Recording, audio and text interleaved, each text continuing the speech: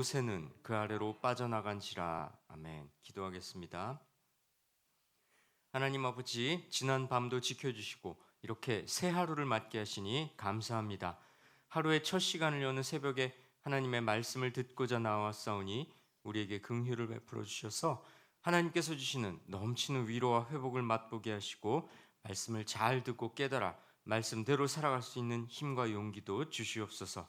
드려진 예물을 받아주시고 이 예물을 통하여 하나님의 역사를 이루시고 예물과 함께 드린 기도 제목에 귀를 기울이시어 응답해 주시옵소서.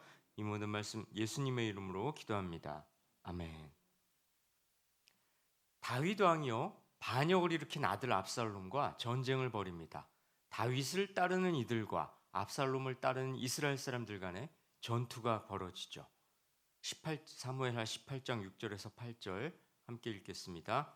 이에 백성이 이스라엘을 치러 들로 나가서 에브라임 수풀에서 싸우더니 거기서 이스라엘 백성이 다윗의 부하들에게 패하매 그날 그곳에서 전사자가 많아 2만 명에 이르렀고 그 땅에서 사면으로 퍼져 싸웠으므로 그날에 수풀에서 죽은 자가 칼에 죽은 자보다 많았더라. 에브라임 수풀에서 전투가 벌어지는데요. 반역의 무리 이스라엘 백성들이 다윗의 부하들에게 패합니다. 2만 명 정도의 전사자가 생길 정도였죠. 사면으로 퍼져 싸웠다고 하는데요. 이 말은 흩어져서 정신없이 도망쳤다는 뜻입니다. 다윗의 군대에 패한 반역의 무리들이 사방으로 흩어지면서 도망치기에 급급했다는 거죠. 수풀에서 죽은 자가 칼에 죽은 자보다 많았다는 건요. 숲속에서 도망치다 죽은 자들이 칼에 맞아 죽은 자들보다 많았다는 뜻입니다. 아마도요. 전투가 벌어진 에브라임 수풀에는 가파른 벼랑이 많았던 것 같습니다. 뿔뿔이 흩어지면서 도망쳤던 압살롬의 부하들은 벼랑에 떨어지거나 빠져서 헤어나오지 못하고 죽음을 맞이한 거죠. 이 말은요. 이 승리가 하나님께서 주신 승리라는 걸 보여줍니다. 다윗 군대가 직접 칼로 죽인 자보다 도망치다 죽은 자들이 많다는 건 이 승리가 다윗과의 언약을 지키시는 하나님의 선물로 주어졌다는 걸 명백하게 보여주죠. 그렇습니다. 전쟁은 여호와께 속한 겁니다. 하나님의 편에 서 있는 자라면 당장은 패하는 것처럼 보여도 마침내 하나님께서 주실 최후 승리를 거둘 수 있는 것이죠. 그러니 우리 성도는 영적 전쟁터와도 같은 이 세상 속에서 흔들리지 말고 굳건히 하나님의 편에 서 있어야 하는 거죠. 그 믿음으로 오늘의 환난도 이겨내야 하는 겁니다. 자, 그런데요. 반역의 우두머리 압살롬은 대체 어떻게 됐을까요? 다음 말씀 함께 읽습니다. 압살롬이 다윗의 부하들과 마주치니라. 압살롬이 노새를 탔는데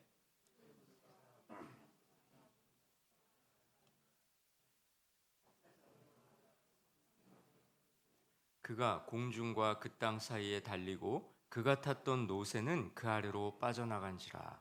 압살롬은요 다윗의 부하들과 우연히 마주칩니다. 그러니 어떻게 합니까? 도망치죠. 그런데 도망치다가 나무에 머리털이 걸리고 맙니다. 그래도 노새는 그냥 달려가죠.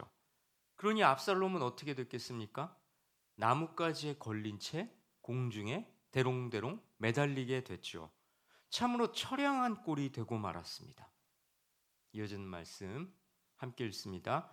요압이 손에 작은 창 셋을 가지고 가서 상수리 나무 가운데서 아직 살아있는 압살롬의 심장을 찌르니 요압의 무기를 든 청년 10명이 압살롬을 에워싸고 쳐 죽이니라.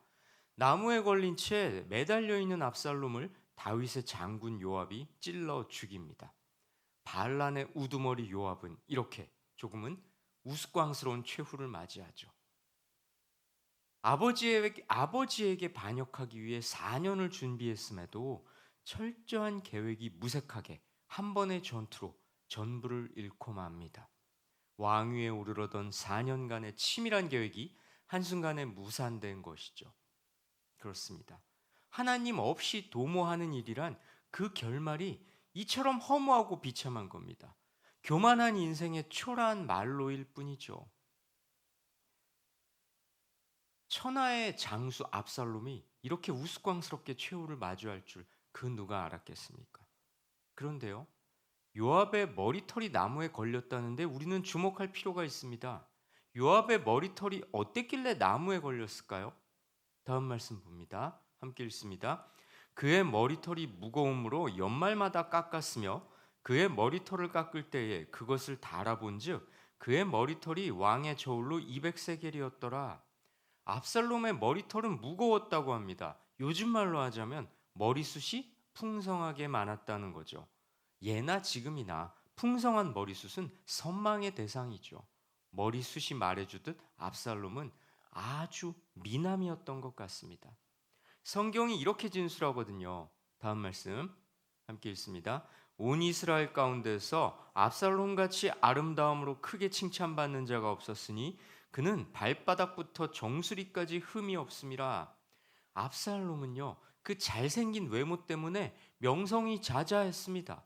이스라엘의 그 어떤 사람도 압살롬만큼 잘생기지는 못했던 거죠. 머리끝부터 발끝까지 아무런 흠도 찾을 수 없었다고 할 정도였으니까요.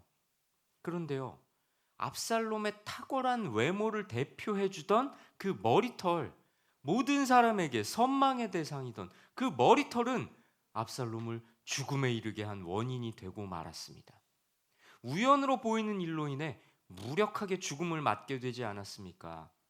천하를 호령하던 용사가 말을 타고 가다가 나뭇가지에 머리털이 걸려 죽게 됐다? 뛰어난 외모를 상징했던 머리털은 그의 죽음을 우스꽝스럽게 만들 뿐이었죠. 여러분, 압살롬의 머리털이 가져온 죽음, 이 죽음이 우리에게 주는 교훈은 의미심장합니다. 내가 자랑스럽게 여기는 것, 사람들에게 선망의 대상이 되는 것들이 나를 파멸로 이끌 수 있다는 겁니다. 하나님을 떠난 채 내 잘난 맛에 산다면 그 잘남이 결국 하나님의 저주를 불러일으킨다는 거죠. 구약에서 나무에 달린 자는 하나님의 저주를 받은 자거든요. 나무에 달린 압살롬처럼 외모가 아무리 훌륭하고 탁월한들, 다시 말해 세상의 기준으로 아무리 뛰어나고 사람들의 추앙을 받는다 한들 하나님을 경외함으로 하나님의 뜻에 순종하지 않으면 하나님의 저주가 기다리고 있다는 걸 압살롬의 죽음이 보여줍니다. 압살롬은요, 세상적인 능력으로 또는 사람들이 좋아하는 모습으로 왕이 되려고 했습니다. 하지만 하나님의 시선으로는, 하나님의 기준에서는 이런 자가 왕이 될 수는 없는 겁니다. 압살롬은 하나님의 뜻과는 상반된 자라는 걸 이 사건이 말해주고 있죠. 지금도 많은 사람들이 압살롬처럼 되고 싶어 합니다. 아니, 정확히 말하자면 압살롬처럼 남의 눈에 보기 좋은 자가 되고 싶어 하죠. 압살롬의 외모와도 같은 학벌, 지위, 행복, 대인관계 이런 것들로 겉모습을 꾸미려고 한다는 겁니다. 그런데요, 그런 것들은 압살롬에게 죽음이 닥친 것처럼 한순간에 없어질 것들입니다. 사람들이 환호하는 것들이란 하늘나라의 가치와는 정반대되는 것들이죠. 그런 것들을 추구하다가는 압살롬처럼 하나님의 진노를 사게 됩니다. 성도 여러분, 여러분에게 있어서 압살롬의 머리털과 같은 것은 무엇입니까? 압살롬의 머리털을 가지려고 지금도 애쓰고 있지는 않습니까? 모든 사람에게 선망의 대상이던 압살롬의 그 머리털이 압살롬을 어이없는 죽음에 이르게 했음을 기억해야 합니다. 압살롬의 머리털과 같은 것들을 내가 가지려 하다가 그 머리털이 나를 파멸에 이르게 할 수 있음을 우리는 유념해야 한다는 겁니다.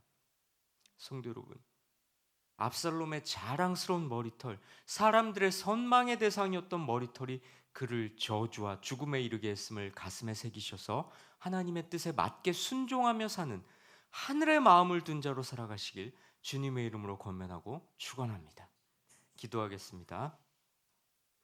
하나님 아버지, 외모가 출중했던 압살롬이 그 외모를 대표하는 머리털 때문에 우스꽝스러운 죽음을 당했음을 말씀을 통해 가르쳐 주셨사오니 이 말씀을 가슴에 새겨서 현세의 자랑거리, 부와 명예를 추구하고 사랑하다가 하나님을 떠나 하나님의 진노를 사는 어리석은 인생 살지 않도록 우리를 붙들어 주시옵소서. 오늘 하루도 우리를 인도해 주셔서 압살롬의 수치와 저주의 원인이었던 부와 명예를 쫓는 허망한 날이 아니라 하나님의 동행하심을 믿고 하나님의 뜻을 행하며 하나님을 기쁘시게 하는 삶을 살게 하시옵소서. 이 모든 말씀 예수님의 이름으로 기도합니다. 아멘.